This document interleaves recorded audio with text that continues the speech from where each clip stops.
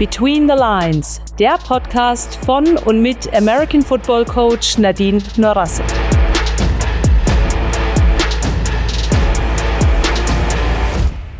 I actually got started in the physical education department rather than the athletic department so much. How old were you by then? I was a junior in college, so 2021. So I was spending time in both, in the athletic weight room and in the student weight room. Particular sports like football, soccer, rugby, where there's a high number of practices a week, many games during the season. So being able to continue with strength training while managing or at least mitigating the effect of fatigue, that's massive. The amount of training time should not continue to extend in our athletes. That's not going to help them. We need to learn to compress that amount of time and use quality exercises and or loads. So the outcome should be the driving factor, not the use of equipment. Mir geht es immer hauptsächlich darum, dass die sich selbst kennenlernen. Ich nenne das immer, was wir erarbeiten, ist the science of me. Und du erarbeitest wirklich, wie funktioniere ich im Kopf, wie funktioniere ich im Körper, was funktioniert für mich, in welchen Rahmenbedingungen, was ist durchhaltbar, was macht mich stark, agil und durchhaltefähig in Kopf und Körper, damit du von mir unabhängig bist. Was ist ein Practical-Tipp für Selbstreflexion? Dir die Zeit zu geben, das tatsächlich zu überlegen, statt einfach zu reagieren. So, wir haben in meinem Vortrag uns 3 Minuten genommen, um zu sitzen und irgendwas aufzuschreiben. So wirklich in der Stille, so wie geht's mir eigentlich? Was ist meine Antwort darauf? Und darüber nachzudenken erstmal und nicht einfach zu reagieren. So, wir hören so oft zu, um zu reagieren, statt zu verstehen. Wir sind hier auf der Eurocon 2025, der NSCA, der TU München und Connect. Boy, Epley, you're the founder of the National Strength and Conditioning Association. So tell us your story. How did it all start? What did you actually study, and how did you become the founder of the NSCA? Well, I started out as an athlete for the University of Nebraska as a pole vaulter, and I got hurt. And so I had to go into their weight room, which was not a very impressive facility. In fact, the student weight room at the campus at the University of Nebraska was 3 or 4 times better than what the athletes had. And the athletes weren't encouraged to lift at all. It was something that people just weren't into. They just didn't believe in it at the time. But so when I got hurt and I needed to spend time in the weight room, I had a little experience as I came there from Arizona. I had gone to a health club to gain weight to play football. I wanted to gain about 20 pounds. And I went to a health club, and in that health club, as a junior in high school, there were bodybuilders, there were power lifters, and there were Olympic lifters. And those are kind of the sports that are in across the country that people participate in. So I got a chance to see and look at kind of what's out there.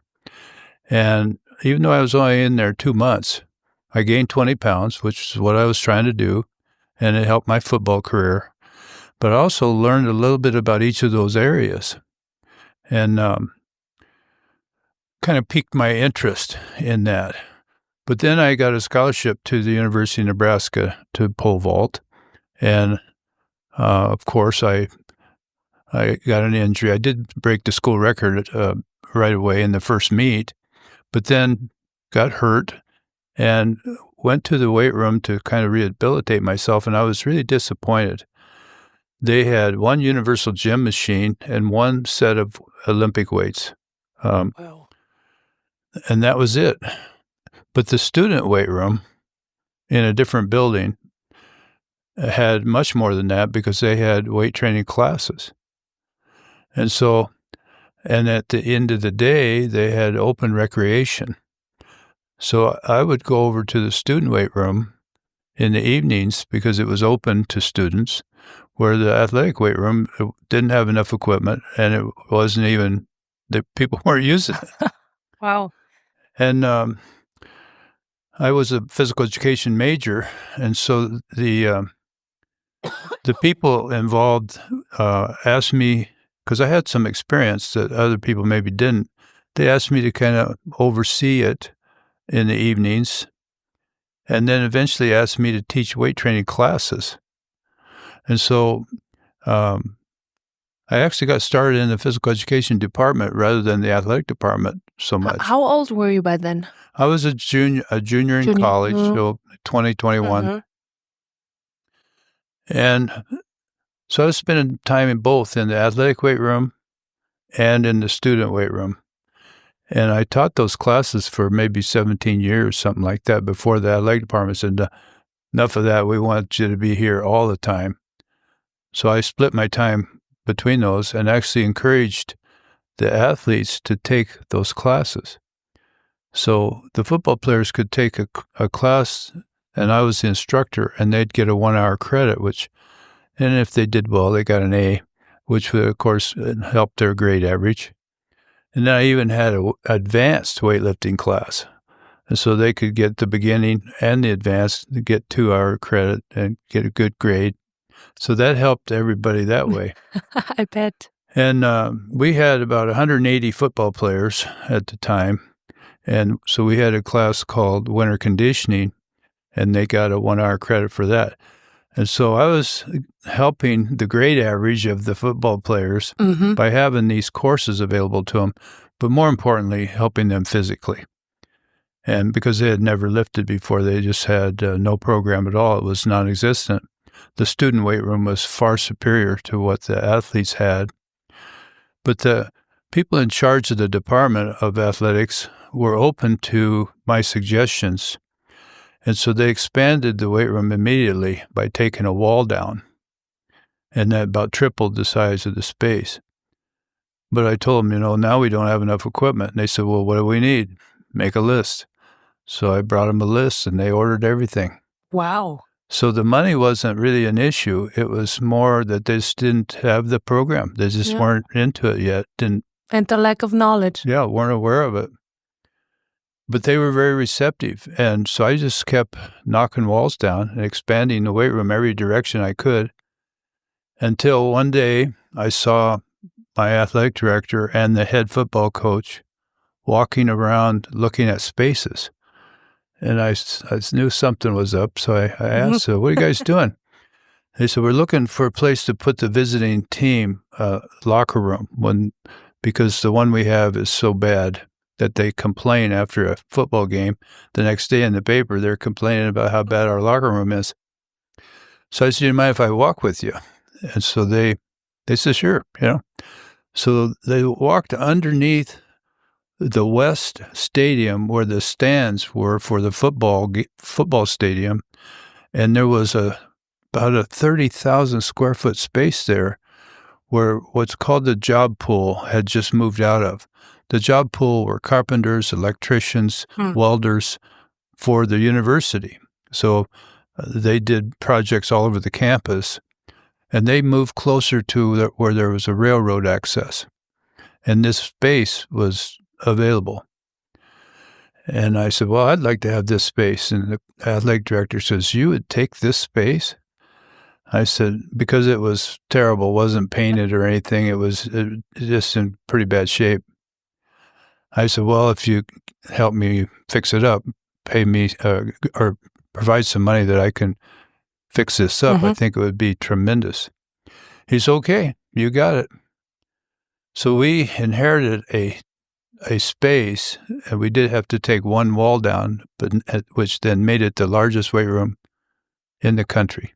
Wow. And the rest is history. The rest is history. You name it. Because when we see, here in Germany, we see just like videos or reels on social media or pictures actually of those strength and conditioning and the gyms they have, like in the NFL or whatsoever. And it's crazy what they have nowadays and how large areas they have and how many athletes they can train at the same time. And it's so interesting to hear your story, where you started and where we at now. That is amazing. So how do you feel? What are your emotions when you think about your first days in that business and how it was growing over the last years? Well, of course, I'm very proud of how it turned out, But when you're involved, you aren't thinking about all that kind of thing. You just do what you think you need to. And when we got this huge space, it took them 2 years to clean it up, paint it, carpet it, and get it ready for me. And at that time, the university had a rule you could only have a $100,000 project at a time. And this was a $200,000 project. So it took me 2 years before I could actually get into the space. They used up the $100,000 the first year and then carpeted it and painted it, and then we were able to move in. And so I went back to the football coach and I said, all right, this space is going to be fabulous, but now we need more equipment. He said, what do you need? And I said, we need about $60,000. He said, just a minute. He went and made a phone call. He came back and he said, I got you 90,000. Is that enough? Yeah, and I only needed 60. So we were able to do little extras, and we opened probably the largest weight room in the country, maybe in the world, at about 30,000 square feet. That is amazing. And when did the idea of like founding the National Strength and Conditioning Association, when did all that start? Well, that officially started in 1978, but in 1976, I got invited to Santa Monica, California to judge the Mr. America competition because I had a hand in bodybuilding, powerlifting, and Olympic lifting in order to learn everything I could. I competed for 3 years in all 3 of those just to learn what's out there, how does it work. And I didn't get much from the bodybuilding, except for my trip to Santa Monica, California, to be a judge at the Mr. America competition. When I was out there, I got a different impression of bodybuilding because these people were on so many steroids and so many drugs. They were almost like freaks. And I was about to be asked to be the national physique chairman because for 3 years I was involved in learning everything I could about that industry, powerlifting and Olympic lifting, all those. Ralph Countryman was resigning. He was older, and he was resigning as the national physique chairman and asked me if I would replace him. And I went there with the understanding I was going to check it out, see. And I was so disappointed in bodybuilding, the culture, the people, and what they represent. It's a big drug mess. Most of these guys are on drugs, steroids, and it was not a normal situation. It was not anything like what I was doing at Nebraska, a completely different environment. And so I turned down that opportunity. And that was in 1976. And then I thought, well, I still like and appreciate what's going on in weightlifting and powerlifting. The bodybuilding I don't want anything to do with. But after that experience. So I came back and focused on those areas of powerlifting and Olympic lifting. And I got to meet a lot of different people by competing in those meets.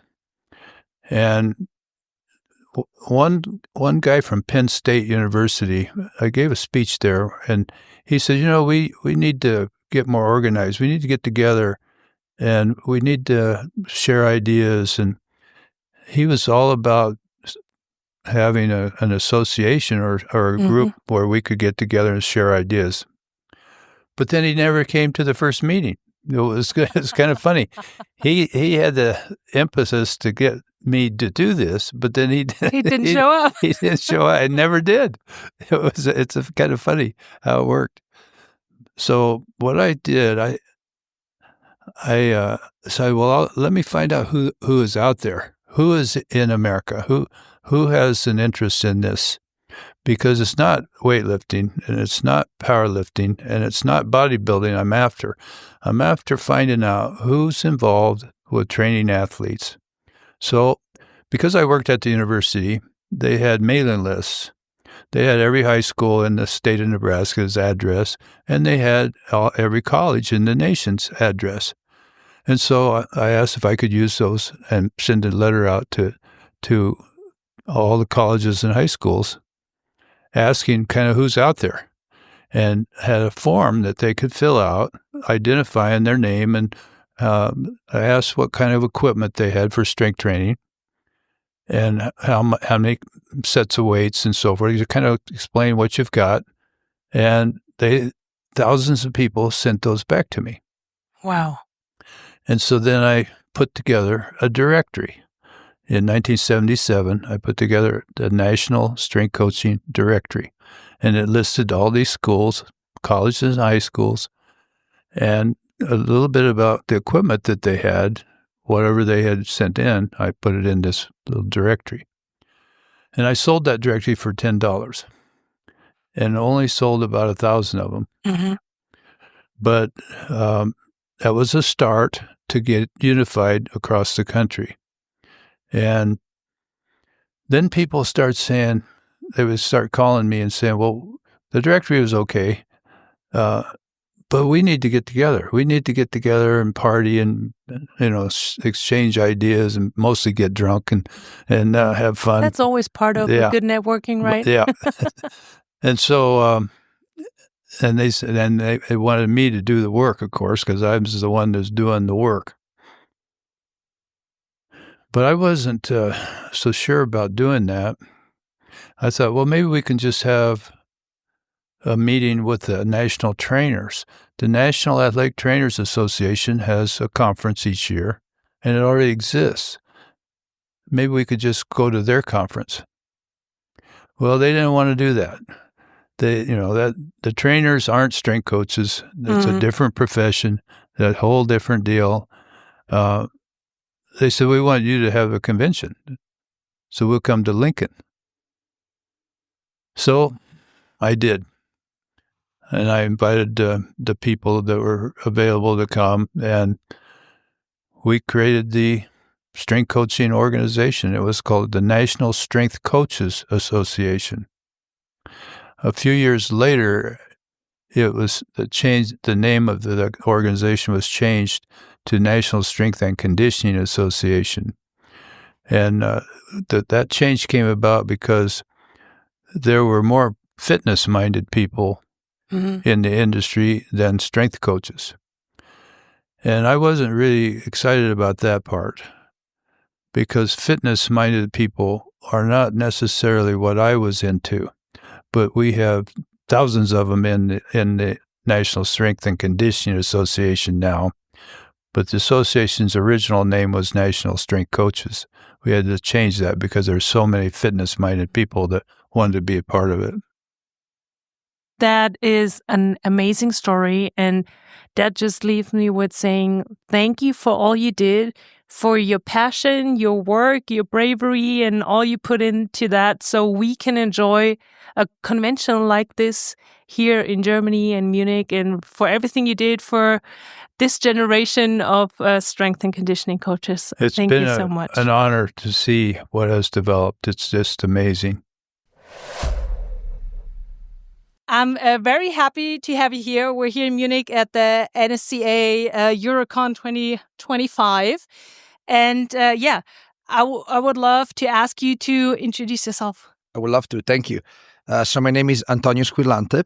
I'm an assistant professor of kinesiology at Point Loma Nazarene University in San Diego, which is now a CASC accredited institution.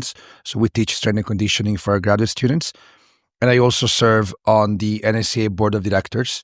My expertise is strength and conditioning and education, a little bit of both sides. And as a side job, I also coach the USA national team for track cycling, so the sprinters. Germany has a very good national team. We hope to be just as good. We're in the process of developing same level athletes, but yes, thank you for having me. Thank you so much. Yeah, and you're definitely a pro when it comes to velocity-based training. And I had the pleasure to listen to you at the pre-event for this conference. So can you tell a little bit about what you did at that pre-event? Thank you. Well, you're very kind. I don't consider myself to be an expert. I just have experience with velocity-based training. That there are other people more qualified than me. One of them being Dr. Mann is by far the leading expert.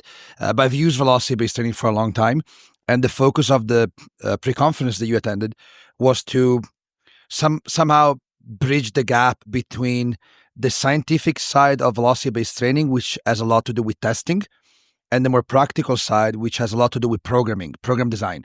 And that's where like the power of velocity-based training really comes into play, because you can apply scientific knowledge about physiology and mechanics and create training programs that are extremely specific for one goal, which is power development, and for every single athlete you're working with is exactly what that athlete needs. So it makes that program very specific for the person.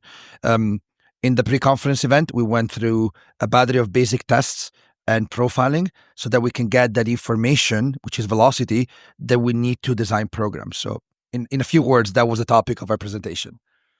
Perfect. That's quite a challenge to explain it in a few words. So I'm a sports scientist myself, but I work as a sports coach. So I coach an American football team. Wow. That's so, awesome. Yeah. I used to play American football. Yeah? What position? I was a defensive end back in the day. Nice. I coach defensive backs. There you go. That's awesome. So perfect. So if sports coaches listen, I'm not addressing the strength and conditioning coaches out there right now. So what do they need to know about velocity-based training? Like what are the pros, and why would they need to have a conversation with their strength and conditioning coach that velocity-based training makes sense? That's a great question. I would say that the one thing they need to know is that there's no reason to be afraid of velocity-based training. It sounds very intimidating, especially when you read papers or you read manuals, because there's a lot of numbers and science behind it. But you can do velocity-based training in a very easy, simple, and effective way. So anyone can do velocity-based training with very little equipment. What's the selling point is for VBT, and I'll present it on both sides of the thing. For us practitioners, we live and breathe velocity-based training as training conditioning, so we understand it. For us, is the power that we have to make simple changes to the program to make them specific for the athlete. And that's a massive advantage. Coaches, sports coaches that might not fully relate to that as a benefit, I would say that the backside of it is that you can, at the same time, prescribe training and monitor fatigue to avoid overtraining. And that's huge, because if you avoid overtraining, then you're decreasing the likelihood of injuries, or at least the one that happened because of excessive fatigue. So load management is a big component of velocity-based training, and that I think is a big selling point, in particular sports like football, soccer, rugby, where there's a high number of practices a week, many games during the season. So being able to continue with strength training while managing or at least mitigating the effect of fatigue, that's massive. Perfect. Thank you so much. And I know you're very busy, so you had the pre-event, you had your talk, what we're going to talk about in a second, and you will have another workshop in a couple of minutes. Yep. So I'll give the challenge to you to sum up what you were talking about in your talk. I think you had 45 minutes for that, and now I'll give you 3. Wow, let's do it. And I took all the 45 minutes. I probably ran a little long. But yeah, we went through 3 steps of using velocity-based training. We did profiling, testing, and program design. Profiling is what happens before we do VBT. So we looked at a loaded squat jump test, which is commonly referred to as the JB Morin type of testing. And that's to figure out if the goal of VBT is developing power. Power is ultimately the product of force and velocity. So the deficit tells us if an athlete needs more force or strength or more velocity or speed rate of force development. So we use that test to make sure we identify the need of that specific athlete. Then we moved into proper testing. So now we have a goal, either force or velocity. We're going to choose an exercise that we're going to use for VBT. The talk I did was squat. Downstairs, we're going to show a trap bar deadlift, but the same principle applies to all of them. Now we're figuring out the load that particular athletes need to do velocity-based training through a profile. And once we have the load and we know the velocity, then the third part of the presentation was on program design. So how we go about sets, reps, load, target velocity, and velocity loss. And the whole message from that presentation, I hope that was the message, is that there is a very easy way to still do very effective velocity-based training But then once we get down the rabbit hole, it can get very complicated. Wonderful, fascinating topic, but nevertheless complicated. So my goal was to bring people closer to VBT, not scare them away. So I hope I did it. But yes, there's so much that we can talk about VBT, but that was the summary of it. You did hell of a job. I'm pretty sure that was within 3 minutes. So thank you so much for your insights, your wisdom, and have a great workshop. Thank you. Thank you so much for having me. Thank you. I'm very happy to have you here. Thank you for your time. Could you please introduce yourself and tell us what you do for a profession and how your daily work life looks like? Okay. My name is Guido van Ryssegem. I'm originally from Belgium. And when I was about 31 years old, came to the United States and got a dual master's degree in athletic training, which is kind of like a little bit of sports physical therapy, but much more than that. And then in exercise science. I'm really excited to be here and present one of the topics that is very dear to me, which is relating to proprioception. And so for the longest time, our brain, we thought through the research that actually being exposed under load was completely controlled by our brain, our central nervous system. So it's almost like a command center, right? Our brain is in charge of what we're doing. But in the last 20 some years, we've also identified that there's actually peripheral contributions occurring when we're lifting things up in, let's say, our weight room, when we're resisting something, even as simple as picking up a grocery bag in people that, let's say, go shopping. And so the topic of my presentation is related to that and related to how what we call the senses of proprioception relating to weight and resistance, which is effort, force, and heaviness. So heaviness is the weight.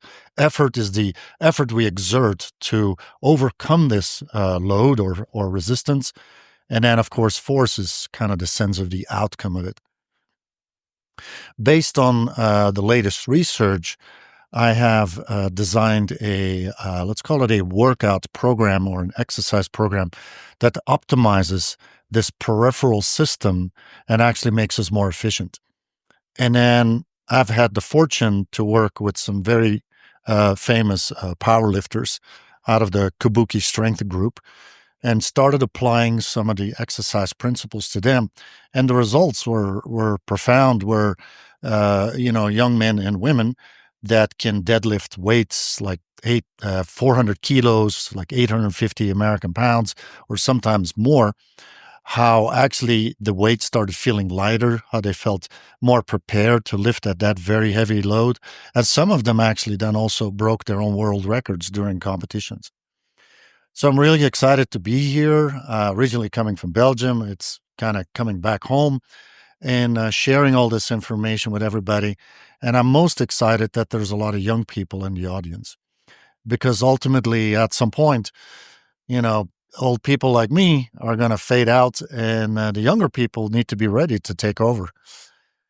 My daily life currently is quite different than I was, 100% into a profession at the university, my private company. Before that, professional baseball. I've done a variety of things, worked with a variety of sports, as also clubs, as consultant, etc. Currently, my wife and I reside in Baja Sur, so it's southern part of Baja, Mexico.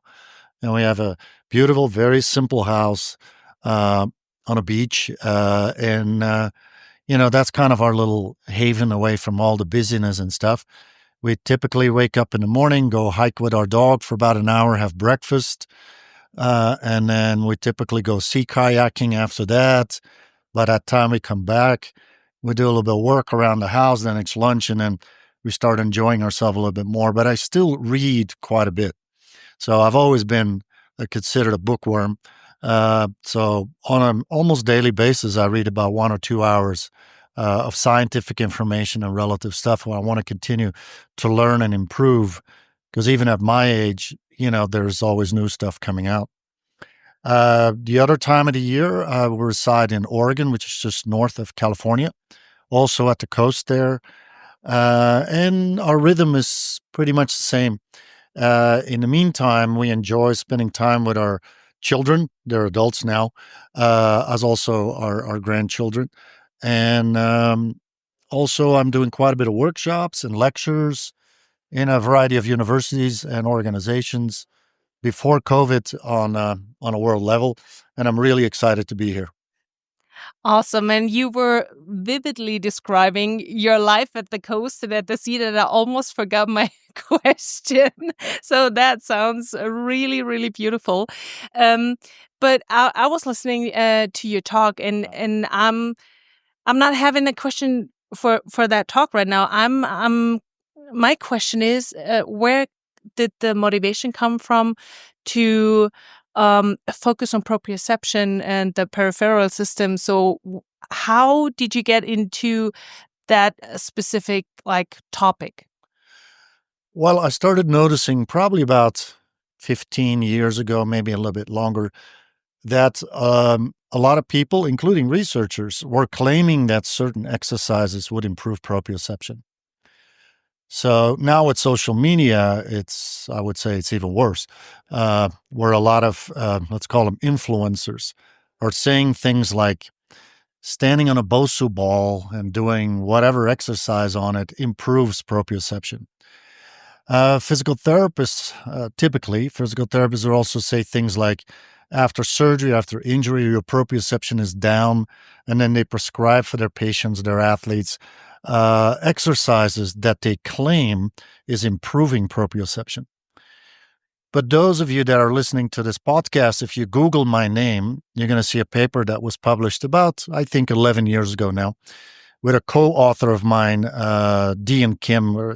He was a student at that moment with me, and I gave him the task of actually looking at the literature and what are these claims actually a fact. As I started learning more about it, I started doubting that actually proprioception can be improved, because proprioception is actually a sense. And a sense, a similar sense is taste, for example. So can we improve taste? Now, I've been to conferences presenting on proprioception in general, and where people challenge me and say like, well, I took this wine tasting class, and since I took this class, I can differentiate certain flavors within the wine, like smoky, maybe flavor, or cherry flavor, something similar when I drink wine. And I go, sure, there was an instructor that actually has created a connection between what you taste and a name. Mm-hmm. So now we kind of make a personal connection between a flavor and a terminology we attach to it. So it's actually a learned task. So in my opinion and others, there is still a great doubt, although we're not 100% sure, that actually proprioception might not be able to be improved. And that actually potentially does not decrease when we become sedentary, when we become older, when we have an injury, when we've had surgery. Now, I hope in the next maybe 10, 15 years, new research comes out and that actually what I'm telling you right now is not true. And I think that's what we also need to learn as practitioners, that things evolve. Now, when we did the review of literature on proprioception, we did find that certain factors related to proprioception, like Golgi tenon organ sensitivity, can improve by actually weightlifting, heavy strength training. And that might be potentially one of the only factors that actually influences proprioception, not the sense, but what proprioception encompasses, because it's at this moment, it's quite complex. We're still not even sure about the right definition on proprioception.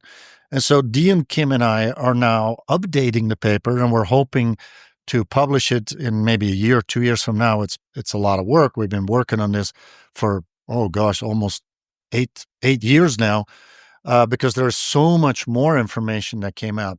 So as him and I are starting to read more updated information on proprioception that is scientifically based, I found a paper online by Prosky from Australia that actually started studying components to proprioception called effort, force, and heaviness, which was actually already discussed by a British scientist in the late 1800s.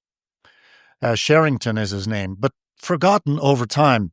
And Prosky and others have started looking again at some of the senses that we typically do not associate with proprioception. Based on my interest in proprioception and looking at the literature related to heaviness, so something's heavy, and then, like I said earlier, we're producing a sense of effort, which then produces a sense of force. There are factors that can improve the decrease of feeling that something is heavy. Now, that is quite interesting, especially for strength and conditioning coaches and people that do rehabilitation. And there is moments, if you've ever been in the weight room and training for a while, that you lift a weight and it feels lighter, although the resistance is exactly the same of what you did maybe 2-3 days earlier. And then there's days that something feels heavier, and so you're struggling in the weight room. That is that sense of proprioception that I discussed. So I think the presentation was well received. The room was packed. And on Sunday afternoon, I will have a workshop where, for those of them that have not been able to attend the presentation, it'll be a very short synopsis of what I presented, and then we'll actually go through exercises. Some of these exercises are very challenging because some of the research has shown that novice exercises under sub-maximum loads also drive this peripheral system. So the people that will attend the workshop will be exposed to at least 2 exercise models and exercise progressions they've never practiced and they've never potentially have seen even. So I'm really excited to take some people through the methodology that I created behind the science. And then hopefully at my age, you just want to leave something behind, and that then the younger professionals can take over, and so I can spend more time in Mexico on the beach. Perfect. I have a question on that sense of heaviness. Is that only found in athletes, or is it exactly that when you work as a personal trainer and when you work with people who never lifted heavy before and they pick up like a 8-kilogram kettlebell and they're like, oh no, that's too heavy. I cannot do the exercise with that weight. Is that the same, or is that a different phenomenon? No, that's a great question. It is actually the same phenomenon. So the research has shown that people that are deconditioned, elderly, and there's a whole other list on my slides, coming back from surgery, coming back from injury, their sense of heaviness is heightened. So if they've ever lifted, let's say, a 4-kilo dumbbell before without a problem, that same weight, if they're fitting in those categories, they're non-athletes, let's call it, it feels heavier. So yeah, for the folks that are working as personal trainers, even also strength coaches working with athletes that come back from injury maybe or inactivity, they need to keep in mind that a relatively light weight might actually be felt as if it is very heavy.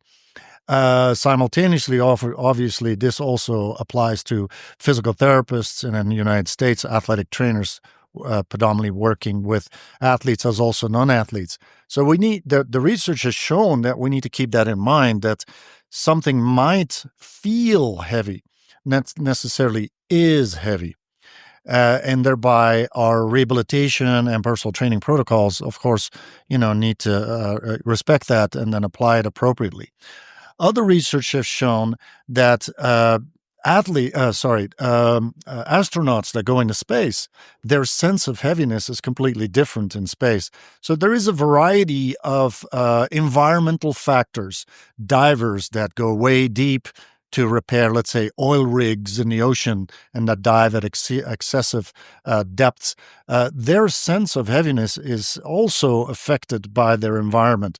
It's also affected by vibration. So for a while, Powerplate, out of the Netherlands originally, designed these vibration platforms.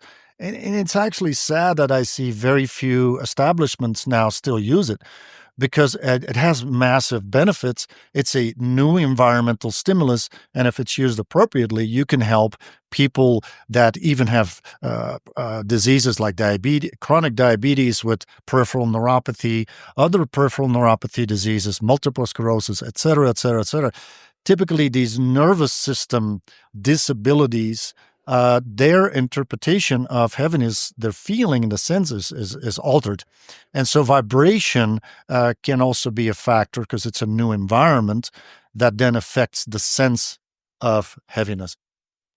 Thank you so much for all these insights and sharing your knowledge and taking your time. But I need to keep you here for one more question, because we had a conversation before your talk, or even the day before, and you introduced me to that like word or terminology like performance hours. And you worked in rehabilitation of pro athletes, right? So if I ask you, what is a performance hour? Can you explain that to us, please? Sure. Performance hours is a terminology I just basically came up with, but it means the following. Over all the years of my career, I'm 67 right now, what I've noticed over time is that our athletes, their training time, performance time, has been increasing dramatically in the last 30, let's say, years. So what I see typically is happening is a new exercise equipment is introduced to the weight room. Let's say about 20 some years ago, the kettlebell, right? And now, of course, the company that promotes the kettlebell and their training protocols are being introduced to athletes, and athletes are starting to use it. And I'm not saying that's bad, but what I've noticed is that instead of them being in the weight room for, let's say, 1 hour, some of these athletes are in the weight room for 2 hours, 3 hours, and sometimes more. And that's what I call performance hours. And in reality, if you are a strength coach or also a physical therapist, you should have a limited amount of time to change their performance parameters. Instead of just stacking up more and more exercises, I typically tell the strength coaches, well, if you take this piece of equipment in the weight room and you start applying the protocols associated with that equipment, you should also remove something out of your weight room. So what does it replace? And then in my opinion, if it's not replacing anything, then I don't think there's a necessity to introduce it. Now, there is, of course, now with social media, a personal factor with the athletes where maybe they've trained with Team X and now they're with you and they've been exposed to, let's say, a kettlebell, a Viper, a vibration plate, all these other relatively new pieces of equipment. They might then request to use that equipment. But I think it is our job, being a professional, that we should educate our athletes on the benefits or the non-benefits of certain pieces of equipment. And that, for example, and a lot of people don't like it when I say this, the Turkish get-up, what's the purpose of that? I got fascinated by that because a lot of people were claiming that it improves shoulder stability. Okay, well, maybe that's possible. So when I was in Korea, we actually used half of our pitchers applying the Turkish get-up as part of their warm-up before they were throwing at maximum velocity, and the other half not.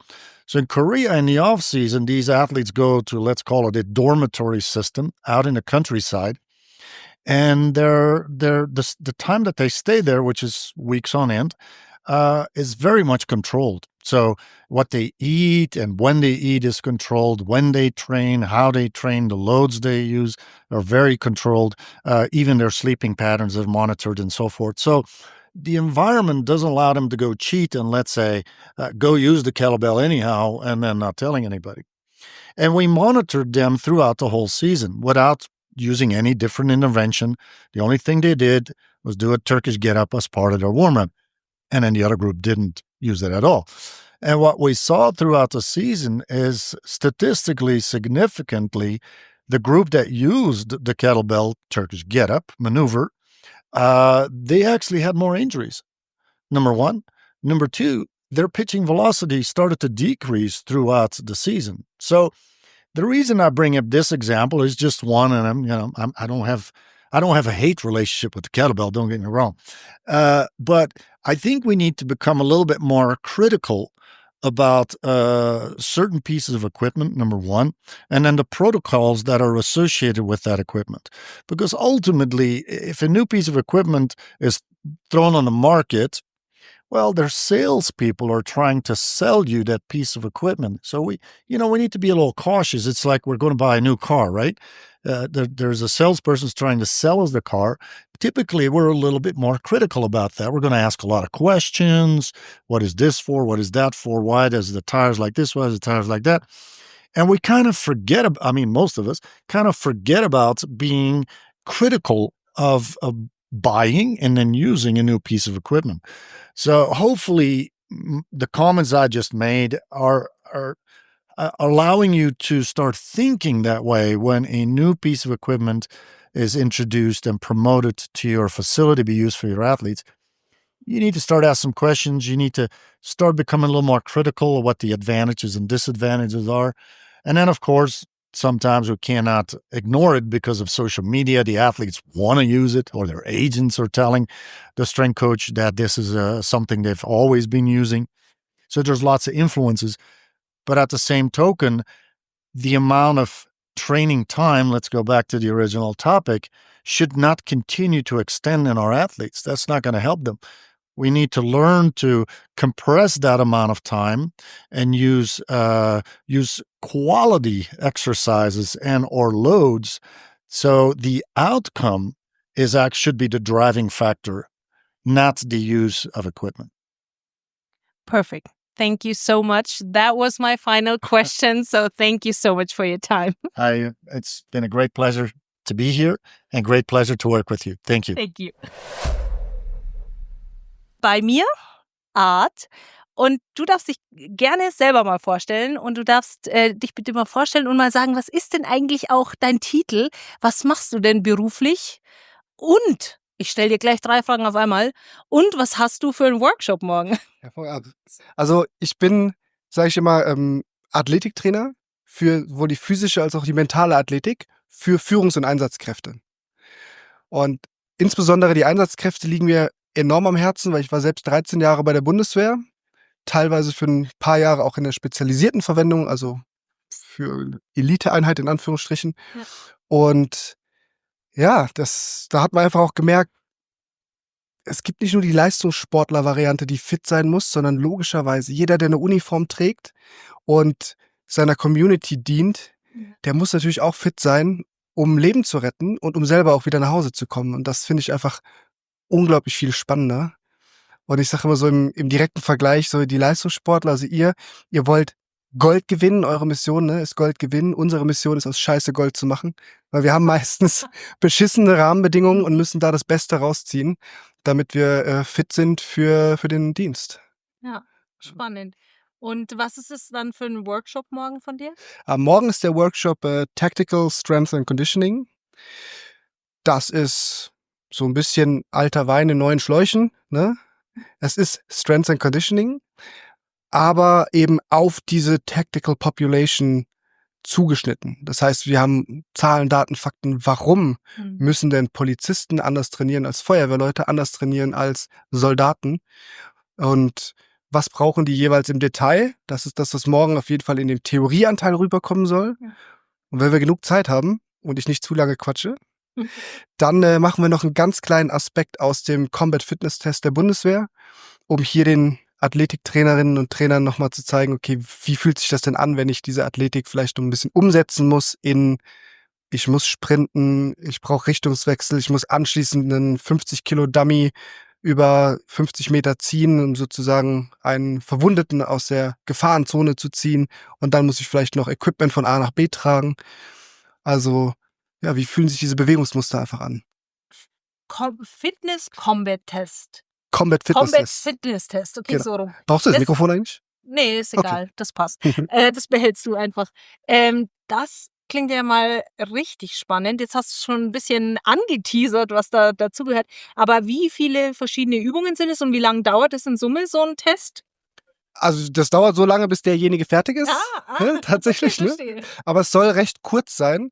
Es geht im Endeffekt darum, also du hast 100 Meter, Mhm. die du, also auf einem 100 Meter Feld sozusagen.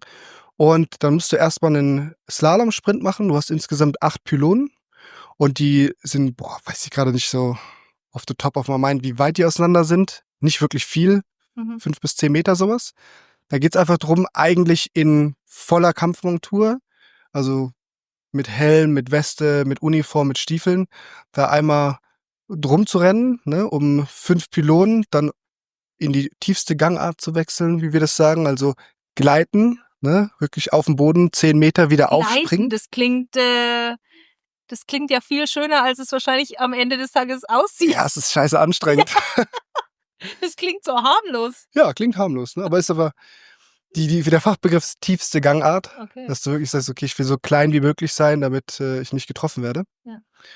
Und danach musst du wieder aufspringen, wieder zurückrennen, direkt so 'n Dummy aufnehmen von 50 Kilo und den ziehen, tragen, wie auch immer dir das beliebt, für eine bestimmte Strecke wieder zurück.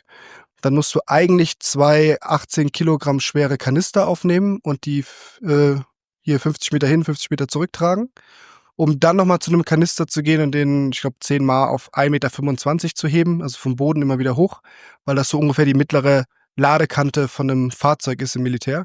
Mhm. Du sagst, okay, du musst halt erstmal irgendwo hinrennen, dann musst du vielleicht in Deckung gehen, dann musst du wieder ausweichen, dann musst du vielleicht jemanden, der verwundet wurde, aus der Gefahrenzone bringen. Dieses Tragen simuliert im Endeffekt entweder Equipment zu tragen oder auch einen Verwundeten auf einer Trage und dieses Reinheben von Equipment oder Verwundeten in Fahrzeuge. Wow, nicht schlecht. Und welche Berufsgruppen müssen diesen Fitnesstest tatsächlich machen? Der ist jetzt ganz spezifisch von der Bundeswehr, Mhm. also wirklich für Soldatinnen und Soldaten gedacht. Und es gibt die unterschiedlichsten Tests. Also jedes Land hat eigene Tests, leider. Weil du kannst ja auch nicht wirklich sagen, ein Soldat muss so und so stark, so und so fit sein. Ähnlich wie ihr es im Football sicherlich habt, ne? Ja. Ich kenne mich mit den Positionen nicht so aus, aber Genau, ich glaub, aber sie sind sehr unterschiedlich. Genau. Ja. So, der Quarterback wird auf jeden Fall andere Anforderungen haben als der Wide Receiver, um die 2 zu nennen, die ich kenne. Sehr gut. Und man kann sich doch auch ausbilden lassen zum Tactical Strength and Conditioning Coach. Ist das richtig? Das ist richtig, genau. Wir haben eine Ausbildung über die NSCA. Von denen kommt auch der Begriff Tactical Strength and Conditioning. Und tatsächlich ist das aktuell in den USA die am meisten wachsende Sparte im Strength and Conditioning. Spannend. Ja. Spannend, nicht schlecht. Und dann irgendwann kommt noch eine Sparte E-Sports. Ja, bestimmt. Bestimmt. Mark my words. Habe ich neulich erst drüber nachgedacht, das kam mir beim Laufen, witzigerweise. Die Idee so, E-Athlete wäre doch auch Dinge, geil. die So ich nicht Tactical mache? Athlete, E-Athlete. Ja, aber E-Sports. gibt's schon. Gibt's schon. Ja, gibt's schon. Ach so, Aber okay. sind wir Na zu ja. spät, leider. Na gut, aber die Idee grundsätzlich war nicht verkehrt, gell? Die Idee war offensichtlich super, ja. Und wie war denn deine Ausbildung? Du hast jetzt gesagt, du warst, glaube ich, 13 Jahre, wenn ich es jetzt richtig im Kopf habe, bei der Bundeswehr. Aber wie war dein Weg dahin? Verwinkelt. Also ich war 13 Jahre bei der Bundeswehr, das ist absolut richtig, in der Offizierlaufbahn. Und das war eigentlich auch immer mein absoluter Traumjob. Ich wollte definitiv da bleiben, General werden am besten, so in die Richtung. Und habe dann irgendwann festgestellt, okay, so die Realität ist anders als das, was ich mir vorgestellt habe. Und mein zweites Herz sozusagen schlägt halt einfach für Fitnesstraining und dieses Personal Development auch. Und dann habe ich CrossFit kennengelernt und haben das an der Bundeswehr-Universität tatsächlich versucht, in die Bundeswehr zu integrieren. Mhm. Weil bis dahin war der Sport im Militär laufen und als Abwechslung vielleicht Fußball spielen oder pumpen. Okay. So, das hat jetzt nicht so wirklich weit geführt. Und dann haben wir gesagt, so, krass, also wir haben ja absolute Leidenschaft für diesen Sport und das ist ein guter Ansatz fürs Militär. Und wir haben hier 4 Jahre lang die zukünftigen Einheitsführer bis hin zum potenziellen General irgendwann mal, die wir damit infiltrieren könnten. So richtig schön impfen, so hey, guck mal, die Idee, das ist doch cool, das zu machen. Und das hat super gut funktioniert. Und in die Richtung ging es dann einfach immer weiter. Ja, und dann war ich in Afghanistan also mit dem Kommando Spezialkräfte und eigentlich gar nicht als Strength and Conditioning Coach, sondern als Fernmelder, das heißt also in der Kommunikation und also IT. Ja. Und dann kam aber irgendwann der Doc auf mich zu und sagte so, ey Heidi, also mein Spitzname dort. Wir haben uns nämlich vorher noch unterhalten, dass du einen relativ langen Namen hast und wie ich dich nenne. Aber das hättest du mir mal vorher sagen sollen. Den kannst du dir jetzt merken, auf jeden Fall. Jetzt merken, Mensch. Ja, genau. Und der sagt so, hey Heidi, die Jungs, die haben alle Rückenschmerzen, die haben Schulterschmerzen, denen geht's nicht gut. Kannst du mit denen nicht Training machen? Ich so, ja, geile Idee, mach ich. Und dann hat sich das da so ein bisschen etabliert und dann hat sich das für mich auch immer weiter rauskristallisiert. Ich möchte das machen für diese Zielgruppe.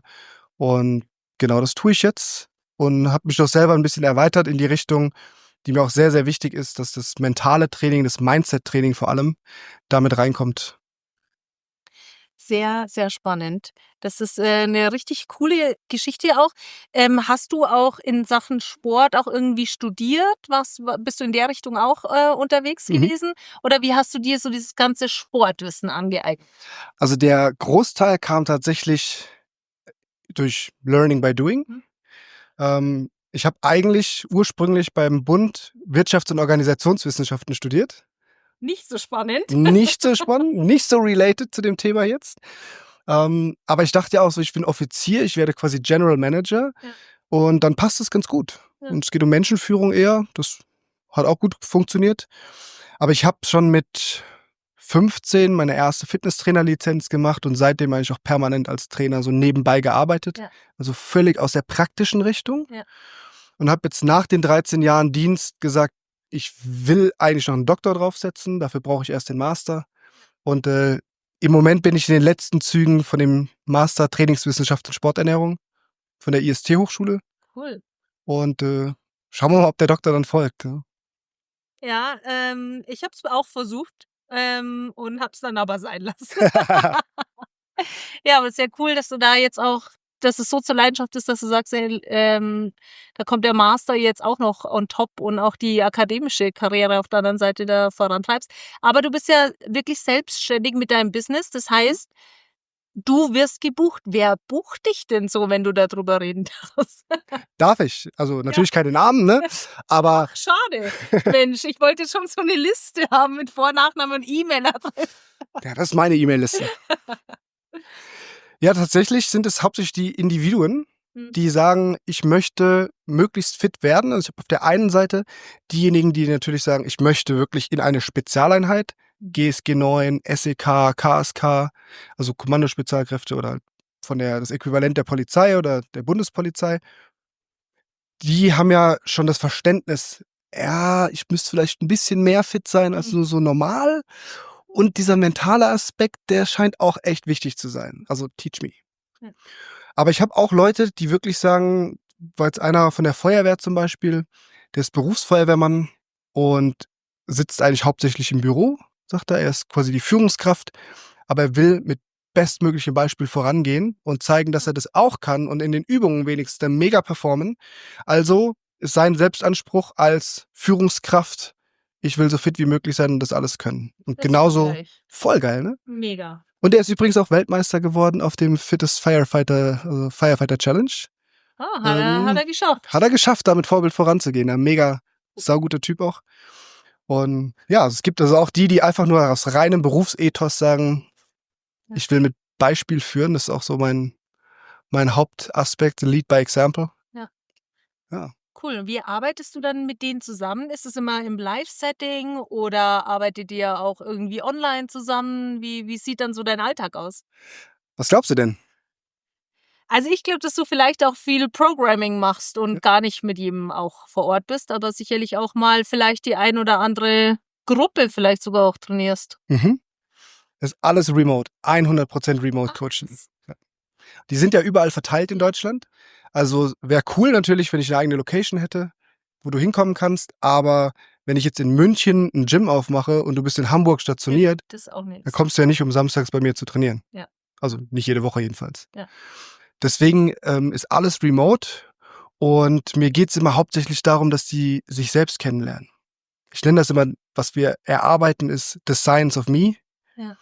Und du erarbeitest wirklich, wie funktioniere ich im Kopf, wie funktioniere ich im Körper, was funktioniert für mich, in welchen Rahmenbedingungen, was ist durchhaltbar, was macht mich stark, agil und durchhaltefähig in Kopf und Körper, damit du von mir unabhängig bist. Mhm. Weil ich habe das selbst erlebt, dass du freitags einen Anruf kriegst und samstags deine Augen wieder in Afrika aufmachst und halt kein Equipment zur Verfügung hast, aber vielleicht viel Zeit.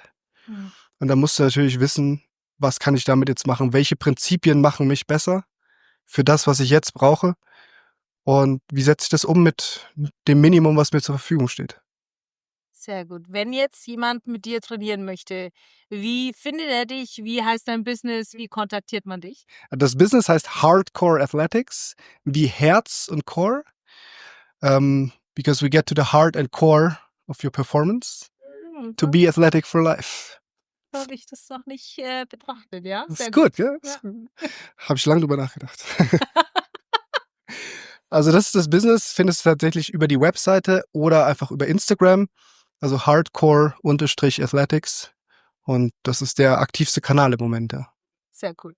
Art, vielen Dank für deine Zeit. Viel Spaß morgen beim Workshop. Danke, wenn wir haben. Und wir zwei genießen jetzt noch die Konferenz weiterhin. Absolut, vielen Dank für die Einladung. So, hier bei mir, hier habe ich Julia. Julia, sei doch mal so lieb und stell dich mal vor und erzähl mal, was du eigentlich alles machst, weil ich weiß, du bist busy und du machst viel, deswegen gut zuhören. Ich würde das gerne erst starten, indem du meinen Nachname versuchst auszusprechen. Jetzt ist das Namensschild weg. Julia, jetzt wollte ich schon wieder sagen, Julia Air. Richtig. Wie er ihn. Oder Luft auf Englisch. Ja. So leicht kann das sein. Yeah, 10 points. Okay, ich habe schon mal gewonnen hier. Ja, bei dem genau. Podcast jetzt. Sehr produktiv ist dieses Gespräch, wie ihr seht. Ich bin die Julia, nicht Julia. Julia passt eigentlich vollkommen. Er wie er ihn, wie gesagt. Und ich bin Sportpsychologin und Sportwissenschaftlerin. Ich bin seit 2016 CSCS. Habe meine Prüfungen in Staaten geschrieben, habe da noch im College-Sport gearbeitet und habe dann 2 Bachelor abgelegt und dann nach Deutschland gekommen und habe meine Master hier gemacht. Bin jetzt in Sportpsychologie Vollzeit.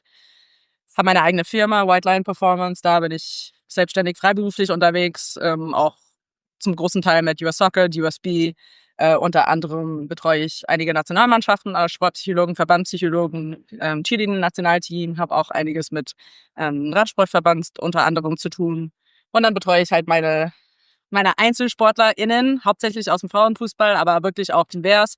Und die betreue ich auch sportwissenschaftlich, teilweise auch sportpsychologisch und so. Genau. Und ich bin auch Dozentin bei den NSCA, die Sportpsychologen. Und ich werde sehr, sehr oft einfach nur Sportpsychologen genannt, aber grundsätzlich bin ich auch die zweite CSCS in Deutschland hinter eine andere Frau, die tatsächlich in 2015 in Deutschland war.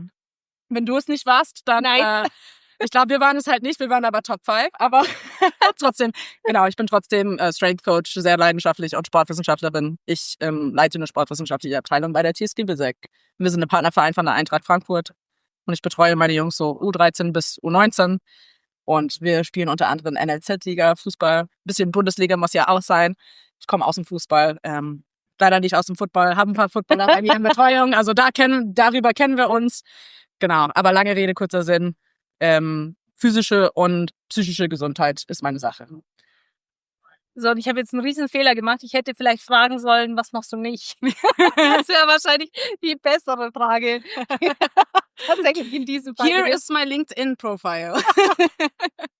Genau, aber wahnsinnig spannend natürlich zu hören, was du alles leistest, was du alles machst. Ich frage mich schon so ein bisschen, wann du schläfst, aber gut. Das ist dein Problem. Ich habe sie schon gesehen mit viel Kaffee und Koffein. Vielleicht verrät uns das schon irgendwas. Aber du hast ja auch schon einen Vortrag gehalten jetzt hier auf der Eurocon. Ist es eigentlich, sage ich es eigentlich richtig, weil da steht überall NSCA Eurocon Connect. Was ist eigentlich der richtige Name, weißt du es? Also, weil ich das weiß, ist es tatsächlich NSCA Eurocon mal Faszien Connect Kongress 2025. Ja. Also beides. Ja. Und du hattest auch schon deinen Talk. Um was ging's denn? Jetzt challenge ich dich, deinen, keine Ahnung wie langen Vortrag ich gebe dir 3 Minuten, okay? In 3 Minuten zusammenfasst. Ja, competitive. Okay. I'm so ready. Ich habe über Motivation vorgetragen. Das ganz witzig, vielleicht kurz erklärt. Als Sportpsychologen denken die meisten Leuten, ich beschäftige mich mit Motivation, Kommunikation und Zielsetzung. Und für mich waren die am Anfang die 3 langweiligste Themen ever. Ich habe Neurowissenschaften geliebt und fand Stress und Schmerz übelst interessant im Leistungssport. Was übrigens halt eine richtig gute Non-Committal Witz ist. So zum Beispiel in der Bahn oder im Flieger oder so, wenn die Leute halt einfach zu neugierig sind. Ja, was machst du dann? Ich bin Psychologen, ich forsche Stress und Schmerz. Die Leute so. Alles klar. Danke fürs Gespräch. Ja, genau. Jetzt auf jeden Fall habe ich über Motivation vorgetragen, weil ich am Ende des Tages doch gemerkt habe, es ist schon sehr, sehr wichtig.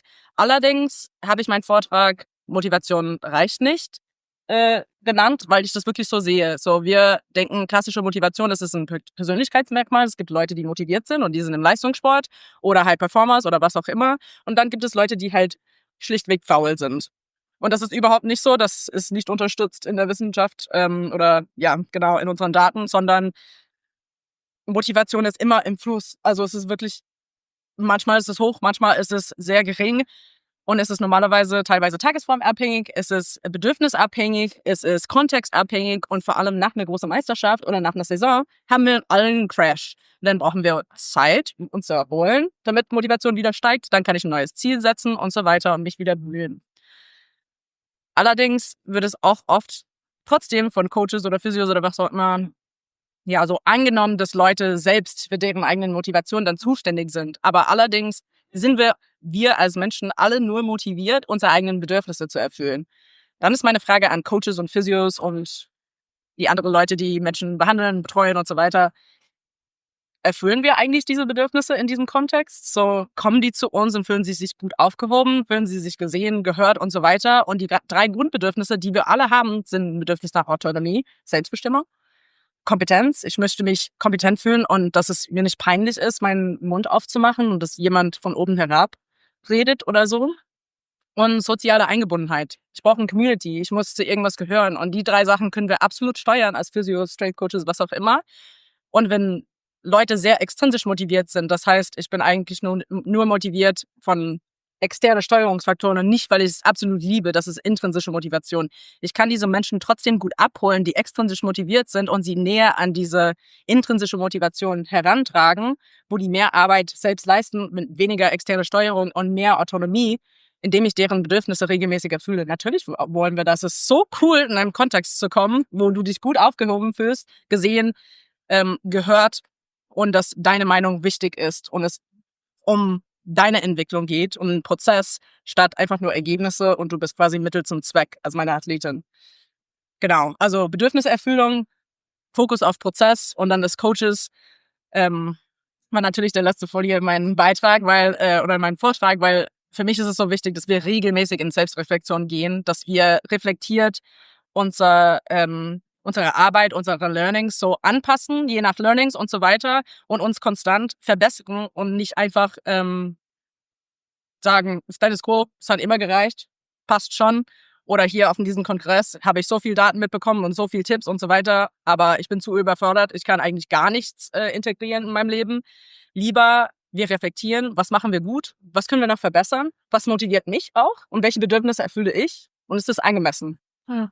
Und das war natürlich die letzte Frage. Und in der Sportpsychologie brauchen wir ja natürlich alle Reflexionen und keiner kommt von einem Vortrag von mir weg oder einem Workshop weg, ohne zu reflektieren, was die selbst machen und was sie mitnehmen können. Genau, also auch ein Challenge für Coaches. Was motiviert uns? Und ist das, was wir tun, um anderen zu motivieren oder unser Motivation-Style mit unseren SportlerInnen, ist es eigentlich förderlich oder ist es schädlich?